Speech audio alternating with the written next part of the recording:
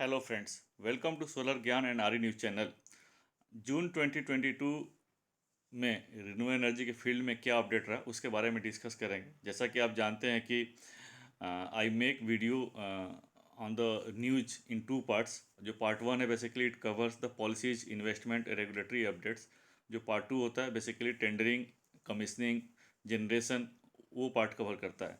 तो आइए हम बात करते हैं पार्ट वन में, जो कि आज पॉलिसी, इन्वेस्टमेंट और रेगुलेटरी अपडेट्स के बारे में है। जो फर्स्ट है, Kerala state electricity board has filed a petition with state commission seeking modification to the net metering regulation 2022। और बेसिकली इसने ये बोला कि 500 किलोवाट कैपेसिटी से अगर ऊपर ज़्यादा सिस्टम है तो that system should be approved under the gross metering and net billing arrangement. Next, Jackson will set up solar projects in 70 megawatt Amguri solar park in Sivasagar district. और रिसेंटली जो वहाँ के चीफ मिनिस्टर हैं उन्होंने अभी इस पार्क को अभी जस्ट इनोग्रेट किया है। और ये जो जिस पार्क में प्रोजेक्ट आ रहा है 70 मेगावाट का, that is the spread over 350 acres. और इसको जो है Assam power generation corporation limited, जो असम की जनरेटिंग कंपनी है, उसको डेवलप कर रही है। नेक्स्ट है, Bharat heavy electrical limited has invited bids from the trader to procure renewable energy certificates from the National Load Dispatch Center and trade them at the power exchange for its 5 megawatt solar projects in Ranipet, Tamil Nadu. Next, Renew Power would acquire operating wind asset totaling 471 megawatt and solar asset of 56 megawatt, taking the total capacity to 527 megawatt. और ये total जो asset है basically 8 states में फैला हुआ है। Next है Reliance new energy limited, जो कि रिलायंस की सब्सिडरी कंपनी थी और स्पेशली जो रिन्यूएबल एनर्जी के लिए इसको बनाया गया था। It will merge with the Reliance industries. और आज से जो भी सारा जो रिन्यूएबल एनर्जी के फील्ड में जो काम करना होगा, आर एन ई एल क्या करेगा, टोटल आर आई एल ही करेगा। These total activities will be taken by the are I L. Next, Tenugat Vidut Nigam has invited bids from the consultant to prepare a detailed project report to set up a 50 megawatt ground mounted grid connected solar power plants at the Tenugat thermal power station in Bokaro district in Jharkhand.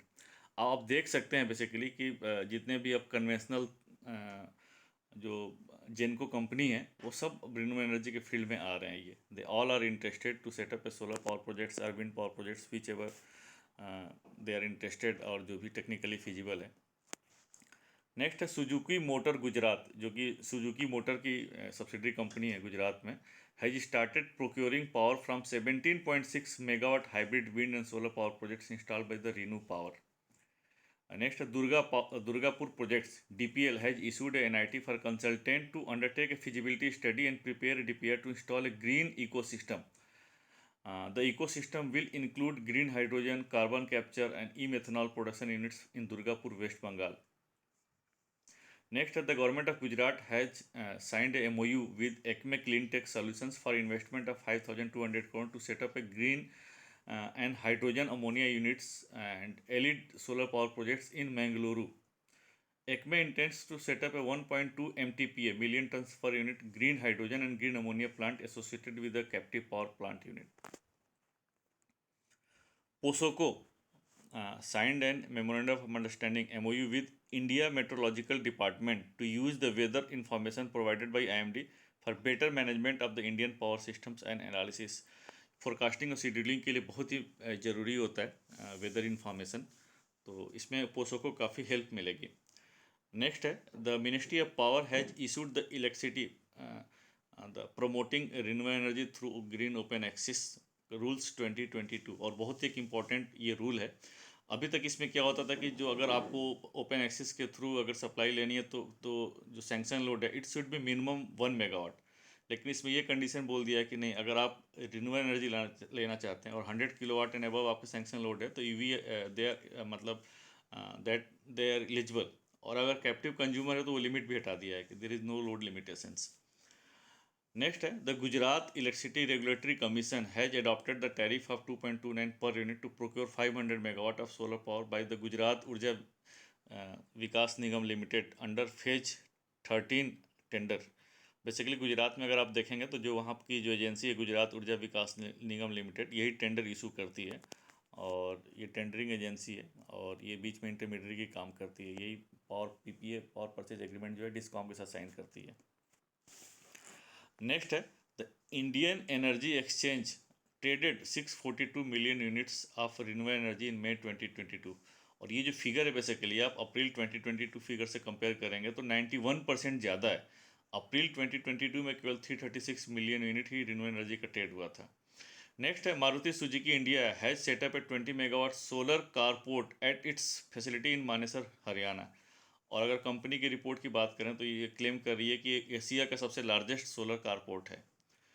Next the ministry of power has issued the late payment surcharge and related matter rules 2022। और इसमें क्या condition है कि late payment surcharge will be payable on the outstanding amount after the due date at the base rate of the late payment surcharge applicable for the first month of the default. जो base rate है first month के लिए तो base rate ही applicable होगा, लेकिन उसके अगर आप जाएगा तो 0.05% एवरी मंथ वो बढ़ता जाएगा विद लिमिट टू 3%। इससे ज़्यादा आप हायर नहीं कर सकते, बेस रेट से 3% ज़्यादा हायर नहीं हो सकता है। Next Indian energy exchange traded 22,49,570 renewable energy certificates in the first quarter of 2022। और इसको अगर आप ब्रेकअप करते हैं टोटल आर को तो इसमें 16,36,973 नॉन सोलर आर था और 6,12,544 सोलर आर था। अगर आप जनवरी में ट्रेडिंग की बात करेंगे टोटल जो सोलर नॉन सोलर की बात की तो उसमें 933,355 नॉन सोलर आर था और 1,93,121 सोलर आर था। आप देख सकते हैं कि काफ़ी फिगर बढ़ गया है if you compare from the January. इसमें जो रेट जो डिस्कवर्ड हुआ है the exchange discovered A price of 2.3 per unit per certificate, 2,300 per certificates for solar REC and 1,000 per certificate for non-solar RECs.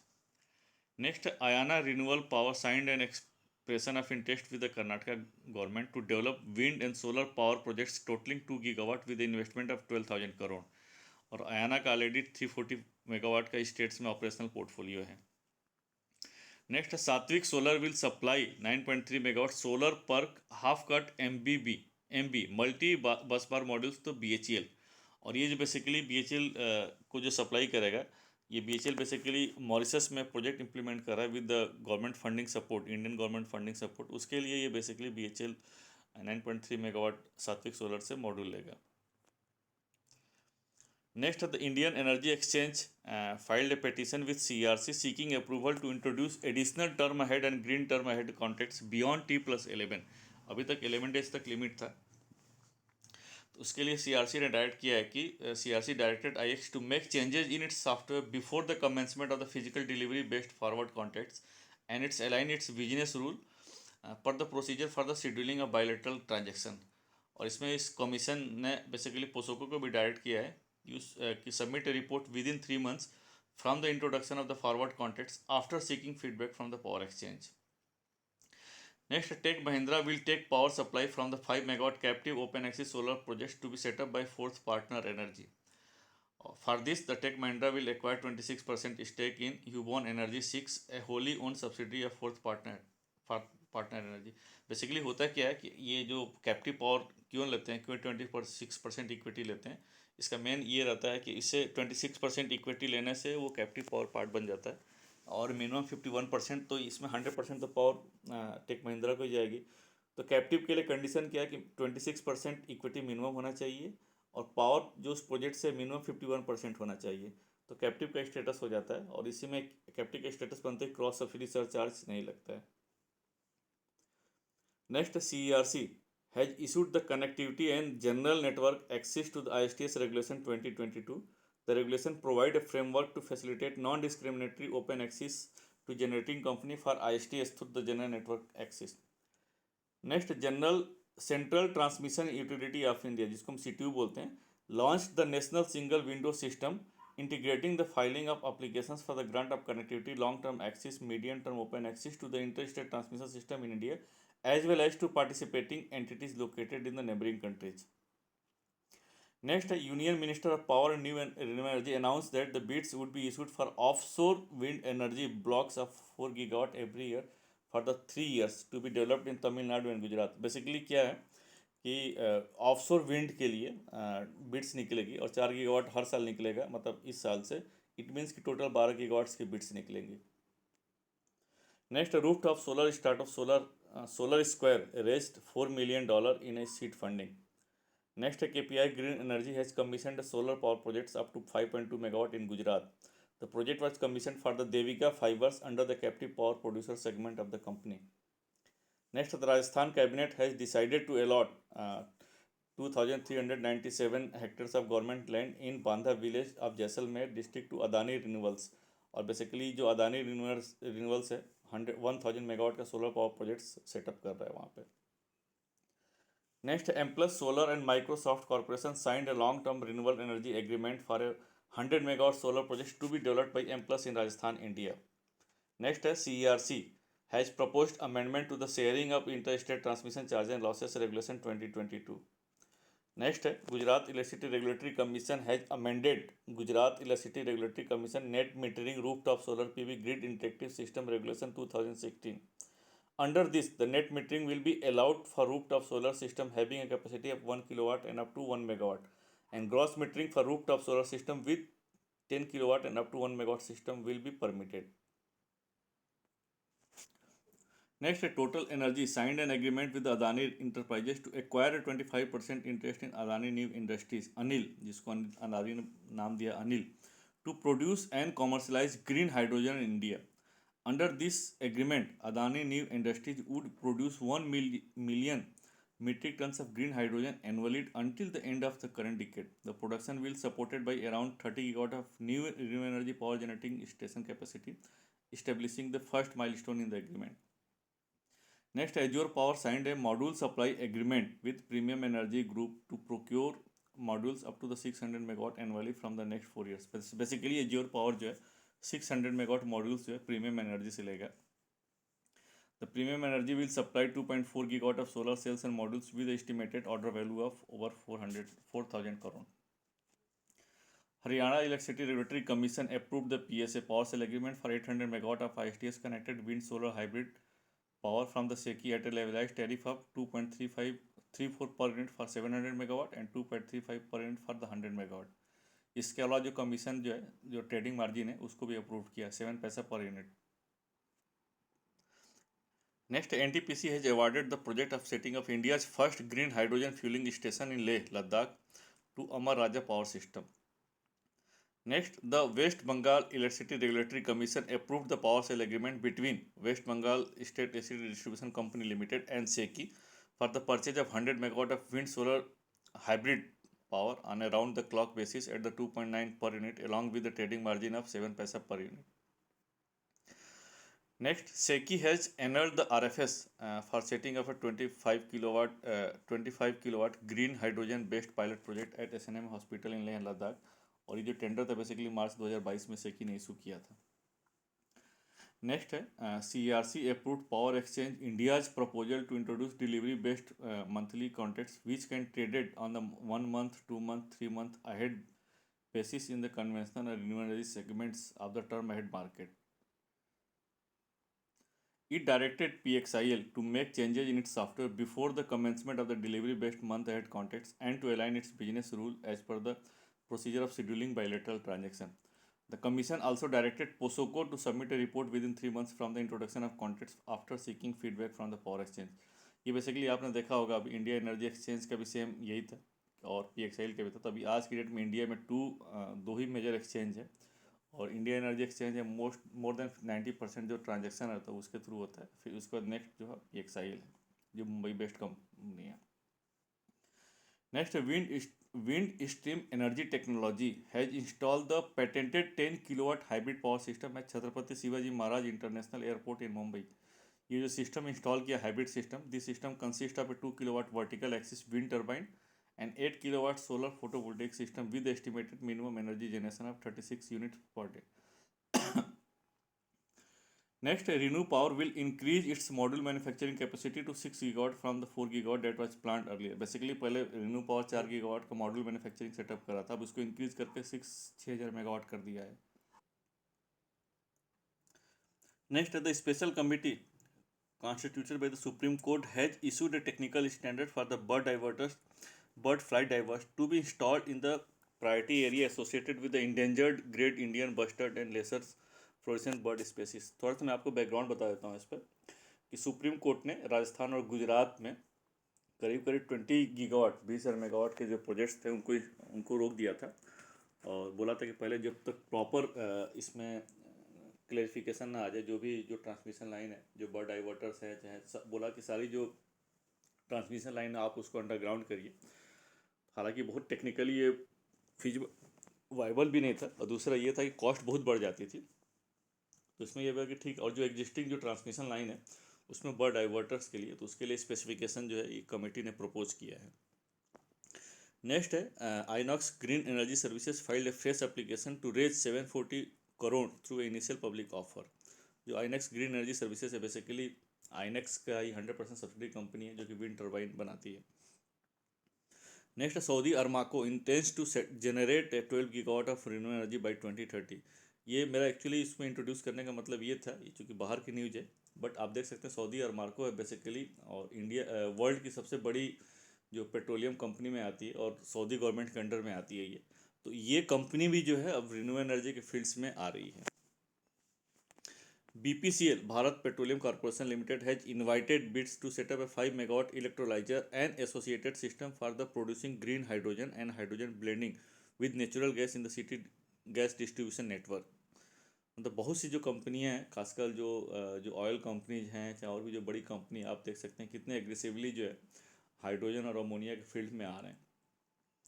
Next है Ornate solar, a distributor of solar panel inverter, has commission India's largest building integrated rooftop solar system in Bhagru, Rajasthan.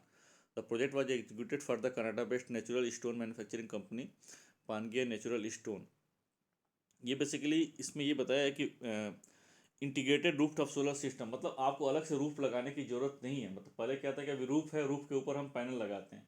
इस company ने ऐसा ऐसा किया है कि आप सीधे सीधे रूफ की जगह पर सीधे पैनल ही लगाइए, रूफ की ज़रूरत ही नहीं है। नेक्स्ट है Hindustan HPCL, Hindustan power corporation limited, Hindustan petroleum corporation limited HPCL has invited bids from the consultant to conduct a feasibility study for developing a 100 to 150 megawatt wind solar hybrid projects with a battery energy storage system on vacant land for the captive use in the Andhra Pradesh.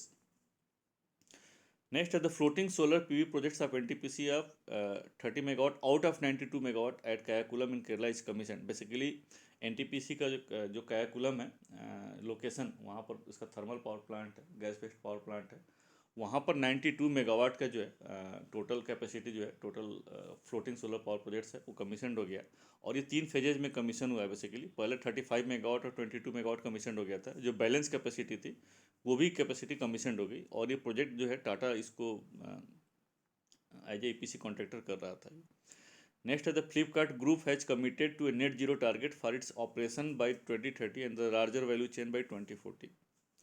The next of the Rajasthan High Court has dismissed petition filed by the Jal Grahan Vikas Sanstha and villagers of Rewari in the Jaisalmer district of the Rajasthan, challenging the state government's decision to allot land to the SBE Renewables for a solar project.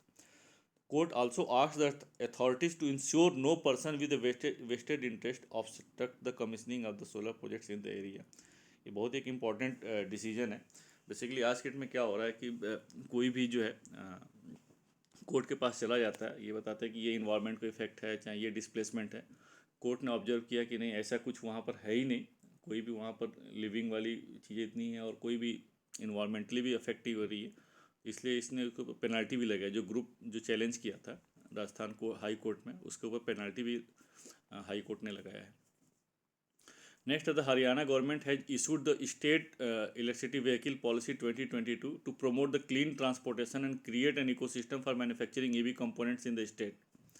Next, Central Electricity Regulatory Commission directed Hindustan Power Exchange to use the uniform price step auction as a matching methodology for price discovery in the daily and weekly contracts. Hindustan Power Exchange has filed a petition to approve the technology to be used on its platform under CRC Power Market Regulation 2021. Basically अभी India में केवल 2 ही exchange था, IEX India energy exchange and PXI। ये third exchange है Hindustan power exchange, जो कि powers की इसमें ट्रेडिंग की जाएगी। Next, SECI is invited bids to supply 1680 megawatt of solar module including cell under the domestic content requirement category. Next, Websol energy cell setup a solar cell and module making plant up to the 1.8 gigawatt, मतलब 1800 megawatt capacity. Hope दोस्तों ये जो है June 2022 renew energy के news का update था। अगर आपको अच्छा लगा होगा तो आप लोग लाइक करिए, सब्सक्राइब करिए। फिर आपसे मिलते हैं renew energy news 2022 second part में, जिसमें कि कमीशनिंग और टेंडरिंग के बारे में बताया जाएगा। तब तक के लिए फिर मिलते हैं नेक्स्ट वीडियो में। Thank you. जय हिंद।